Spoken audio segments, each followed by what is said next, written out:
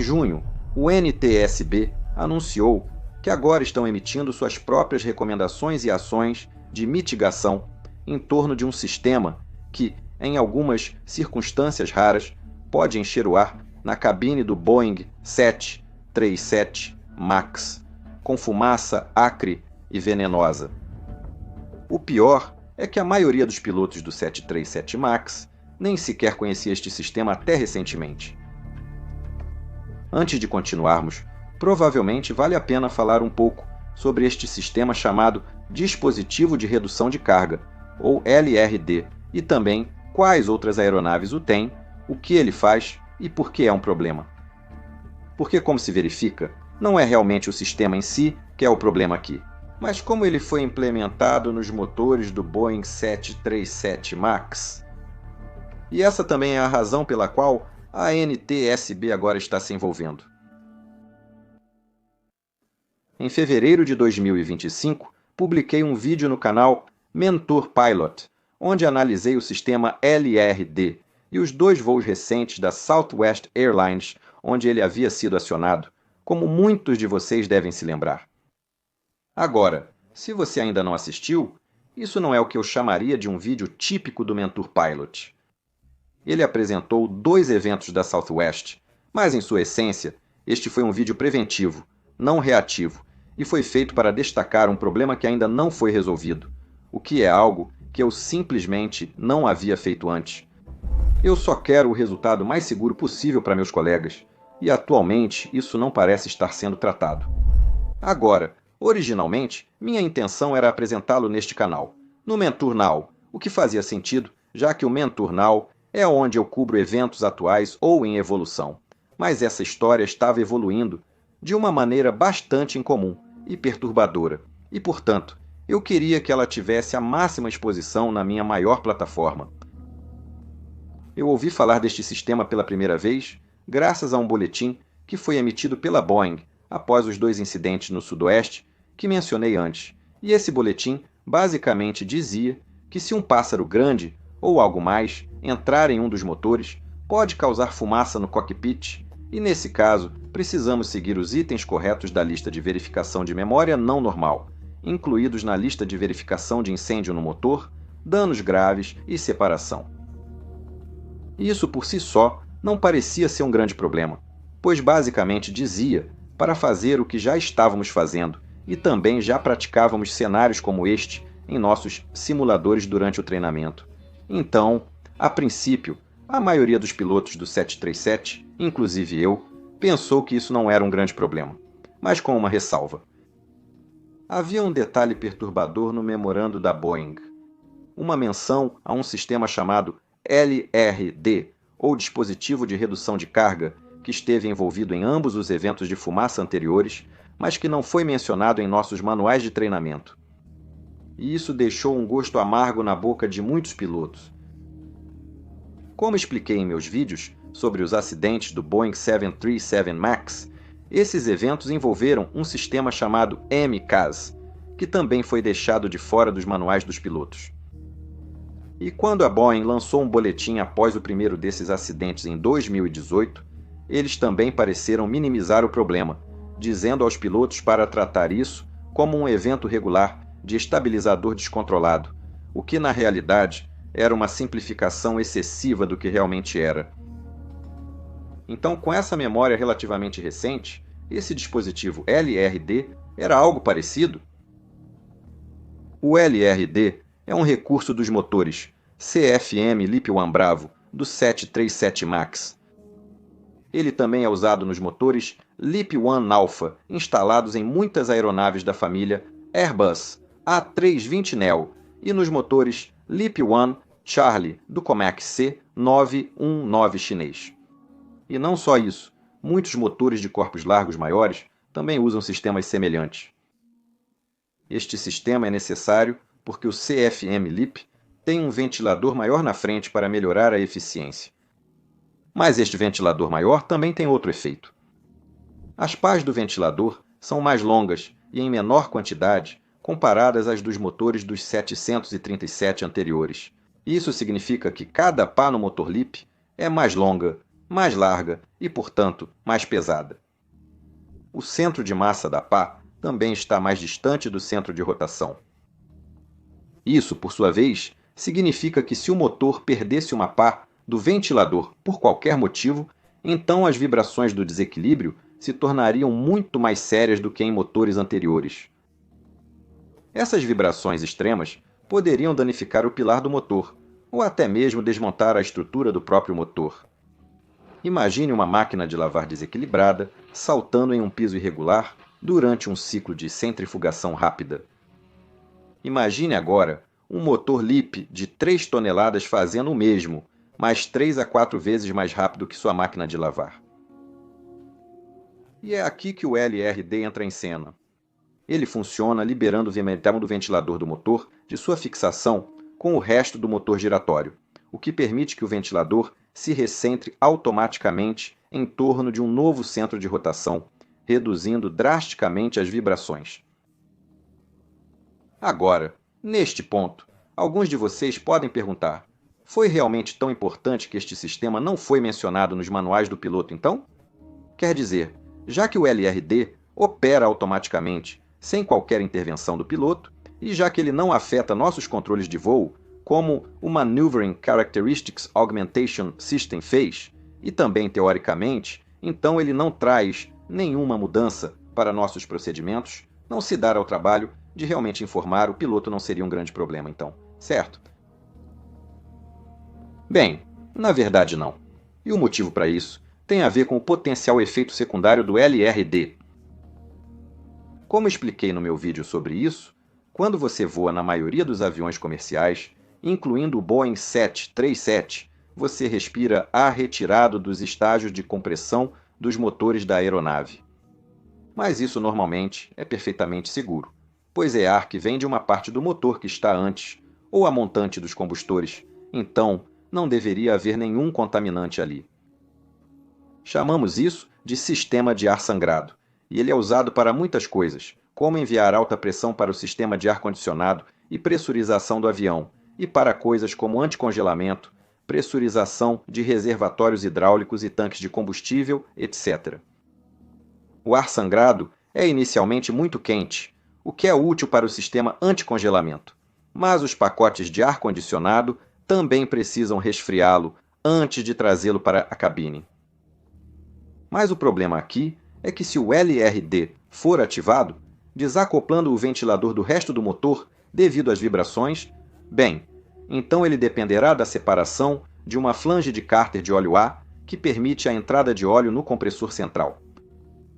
Isso é cerca de 16 quartos ou 15 litros de óleo de motor.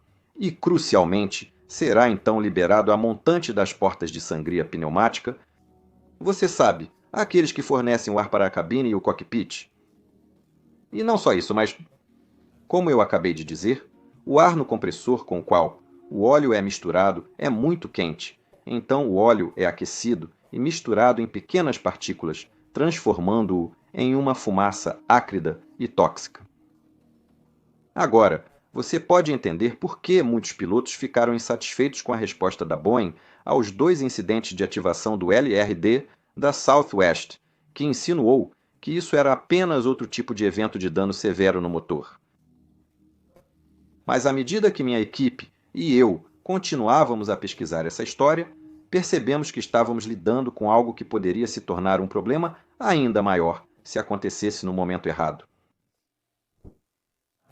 Nem toda a história sobre segurança da aviação é tratada da mesma forma pela imprensa. Isso ficou evidente quando a NTSB finalmente expressou preocupações sobre o problema do LRD. Na verdade, uma rápida pesquisa revelou mais de 100 artigos, com cerca de 60% vindo de grandes conglomerados de mídia e apenas 7% de fontes de notícias independentes. Isso significa que a forma como a história é enquadrada pode variar muito dependendo de onde você a lê. Com o Ground News, patrocinador do dia, é possível ver nitidamente como a cobertura variou em todo o espectro político. Você pode acompanhar se quiser indo para ground.news, Mentour. Comparar a cobertura é deveras interessante. A CNN, de inclinação à esquerda, adota um tom medido, institucional, enquadrando o problema como uma possível questão. Mas, em contraste, a manchete do My Northwest usa uma linguagem mais urgente, emotiva, implicando um padrão de falha. Ground News é uma poderosa ferramenta de pesquisa que oferece muito mais contexto do que qualquer artigo individual poderia fornecer. E agora, há até um feed personalizado do Mentor contendo todas as histórias de aviação, tecnologia e Boeing que eu cobro. Se você está cansado de manchetes sensacionalistas, recomendo que escaneie este código QR ou visite ground.news Mentor para obter 40% de desconto no mesmo plano que eu uso. São apenas $5 mensais, mas corra, pois a oferta é temporária. Obrigado, Ground News. Voltemos à história. Um detalhe importante sobre o 737, que eu ainda não mencionei, é a maneira como seu sistema de ar-condicionado, ou PEX, distribui o ar dentro da aeronave. O motor direito alimenta o pack de ar-condicionado direito, que vai direto para um coletor de mistura e depois para uma cabine de passageiros. Já o pack esquerdo, acionado pelo motor esquerdo, tem uma configuração um pouco distinta. Este sistema alimenta a cabine do piloto diretamente com ar. Claro, a cabine do 737 é menor que a sua, então a capacidade extra do pack esquerdo vai para o coletor misto e para a cabine dos passageiros. Mas esse fato de que o ar se move de maneira diferente, dependendo de qual motor estamos falando, significa que os efeitos de uma ativação LRD também serão muito diferentes. No dia 5 de março de 2023, o voo 3923 da Southwest, um 737 MAX 8, atingiu um urubu de 3 a 4 libras enquanto decolava da pista 06 em Havana, Cuba. Esse pássaro entrou no motor direito, acionando o LRD. Isso então gerou fumaça que parcialmente preencheu a cabine de passageiros e continha algumas substâncias muito perigosas, como acroleína e formaldeído, que são muito tóxicos em altas concentrações. Após nivelar a aeronave a 800 pés e completar a lista de verificação, os pilotos retornaram a Havana e pousaram em segurança. Mas a situação na cabine era tão ruim que a tripulação decidiu evacuar em uma pista de táxi próxima. Felizmente, o tamanho da cabine do Boeing 737 MAX 8 evitou que as concentrações de substâncias químicas tóxicas da fumaça, apesar de causar problemas respiratórios em alguns passageiros, atingissem níveis letais. Um pouco de fumaça adentrou a cabine de comando, mas não o suficiente para ser considerada perigosa. Como muitos de vocês já perceberam, a situação teria sido muito diferente se o LRD tivesse sido ativado no motor esquerdo, como aconteceu no segundo incidente da Southwest. Isso envolveu o voo 554 da Southwest, que partiu de Nova Orleans no dia 20 de dezembro de 2023. Novamente, a aeronave atingiu uma grande ave após a decolagem, desta vez uma águia careca. E isso aconteceu enquanto a tripulação estava subindo a cerca de 1.000 pés ou mais. Os pilotos perceberam imediatamente que a ave havia danificado severamente o motor esquerdo. Quando os primeiros oficiais iniciaram a lista de verificação de incêndio no motor, danos ou separação, o cockpit encheu-se completamente com o que ele descreveu como fumaça branca acre. Os pilotos colocaram suas máscaras de oxigênio, mas a situação piorou tanto que eles mal conseguiam se enxergar no cockpit. O capitão, que pilotava na aeronave no momento, relatou que precisou confiar no display de cabeça erguida para pilotar, pois tinha dificuldades em ver os outros instrumentos.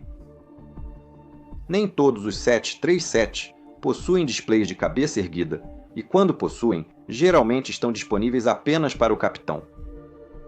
Parte da lista de verificação que o primeiro oficial estava passando envolvia cortar o combustível para o motor afetado, o que também fechou a válvula de corte de regulação de pressão de sangria, PRSOV, naquele lado.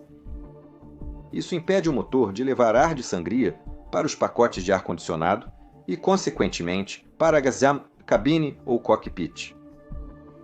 Logo após os pilotos fecharem o combustível e puxarem a alavanca de incêndio, a fumaça espessa começou a dissipar-se para seu alívio.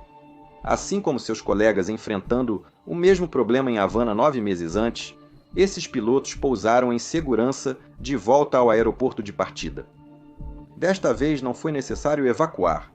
Em vez disso, eles taxaram de volta para um portão depois que uma equipe de bombeiros os verificou e viu que não havia fogo. Antes de prosseguir, esclareço que, apesar desses dois eventos terem ocorrido com apenas 9 meses de diferença, são acontecimentos bastante raros. Colisões com pássaros são comuns, mas geralmente envolvem aves pequenas que raramente causam danos significativos ao motor atingido. Mas embora ambas as equipes tenham tido muito azar ao atingir um urubu e uma águia careca, as coisas poderiam ter sido muito piores, especialmente no último incidente. Então por que isso? Antes de tudo, lembre-se do PRSOV que impediu mais óleo queimado de chegar à cabine no segundo incidente? Os pilotos notaram que a fumaça começou a se dissipar após cortarem o combustível, mas mesmo achando que o PRSOV havia fechado devido aos itens de memória executados, essa válvula já tinha fechado mais de 2 minutos antes. Isso ocorreu porque o PRSOV também fechará automaticamente se a rotação do motor diminuir para um valor de N2 abaixo de 62%. Naquele incidente, o PRSOV fechou cerca de 16 segundos após atingirem o pássaro. Esses pilotos foram expostos a uma fumaça acre por menos de 16 segundos, e sua cabine de comando estava completamente preenchida. A fumaça só começou a se dissipar 2 minutos e 9 segundos após o fechamento da válvula. Se o valor de N2 tivesse permanecido acima de 62%, como no incidente de Havana, a tripulação de Nova Orleans teria sido exposta a muito mais fumaça. E uma análise mostrou que as concentrações de acroleína e formaldeído na cabine de comando poderiam ter excedido os níveis letais em apenas 39 segundos. Alguns podem argumentar que os pilotos colocaram suas máscaras de oxigênio rapidamente, então estariam protegidos da fumaça extra e poderiam respirar bem, certo? Lembre-se de como a visibilidade na cabine de comando piorou rapidamente, mesmo com o PRSOV capturando fumaça em apenas 16 segundos. Ainda assim, o capitão se esforçou para ler seu display de cabeça erguida e os outros instrumentos. Em segundo lugar, lembre-se que o incidente em Nova Orleans ocorreu quando a tripulação ultrapassava 1000 pés de altitude? Mas o que teria acontecido se eles estivessem ainda mais baixos? E se eles tivessem atingido um pássaro maior logo na rotação, quando o piloto ainda estaria pilotando manualmente com as mãos ocupadas? Bem, esse é realmente o cenário que eu apresentei no meu vídeo de Mentor Pilot. Abaixo de 400 pés, somos treinados para não nos apressar na resolução de problemas, pois estamos muito perto do solo, e um erro, como desligar o motor errado, poderia ter consequências catastróficas. Então, se um piloto em voo enfrenta um cenário tão extremo, tão perto do solo, quando ainda está pilotando manualmente, ele pode muito bem optar por continuar pilotando a aeronave para afastá-la do solo sem a máscara em um cockpit, que está rapidamente se enchendo de fumaça tóxica e acrida, e desde que atingindo 400 pés, que é onde começaríamos a lidar com isso o mais cedo possível. Com o motor desligado, a inalação da fumaça por meio minuto ou mais após a rotação poderia trazer graves consequências. Esse cenário levou investigadores da FAA, encarregados de investigar os dois eventos, a quererem que pilotos do 737 MAX decolassem com o pacote esquerdo desligado até uma solução permanente ser encontrada. Eles também solicitaram uma mudança de design, onde o impacto de uma colisão com pássaros seria detectado e acionaria imediatamente o PRSOV, antes que fumaça prejudicial entrasse na cabine ou no cockpit. Provavelmente seria apenas uma correção de software, então deveria ser possível certificar e implementar de forma relativamente rápida. Investigadores da FAA fizeram outras recomendações, como pedir que a Boeing revise os sistemas do 737 MAX para garantir que os pilotos saibam tudo o que precisam saber. Mas como expliquei no meu vídeo anterior, a FAA optou por não ouvir seus próprios investigadores e não tomou nenhuma ação imediata. Em vez disso, a FAA decidiu seguir seus processos padrão de criação de regras, como eles disseram.